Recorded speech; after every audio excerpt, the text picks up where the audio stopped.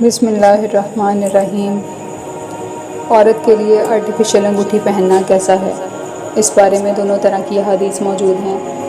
بعض احادیث سے یہ پتہ چلتا ہے کہ آپ صلی اللہ علیہ وسلم نے لوہے کی انگوٹھی پہننے سے منع کیا ہے اور اسے بت پرستوں کی علامت قرار دیا ہے، اور بعض روایات میں یہ ہے کہ آپ صلی اللہ علیہ وسلم نے کچھ دھاتوں کی اجازت دی ہے اور کچھ کی ممانعت کی ہے۔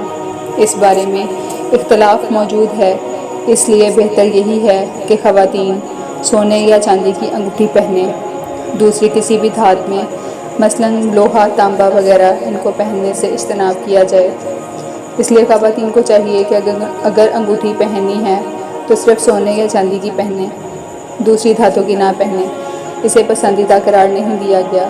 ہاں، البتہ دوسرا کوئی بھی زیور کسی بھی دھات کا پہنا جا سکتا ہے، اس میں ممانعت نہیں ہے، لیکن انگوٹھی کے بارے میں افضل یہی ہے کہ وہ سونے یا چاندی کی پہنیں، دوسری کسی دھات کی نہ پہنی جائے۔ سونے یا چاندی کی انگوٹھی کے علاوہ کسی اور دھات کی انگوٹھی پہننے میں گناہ تو نہیں ہے، لیکن اسے مکروہ قرار دیا گیا ہے۔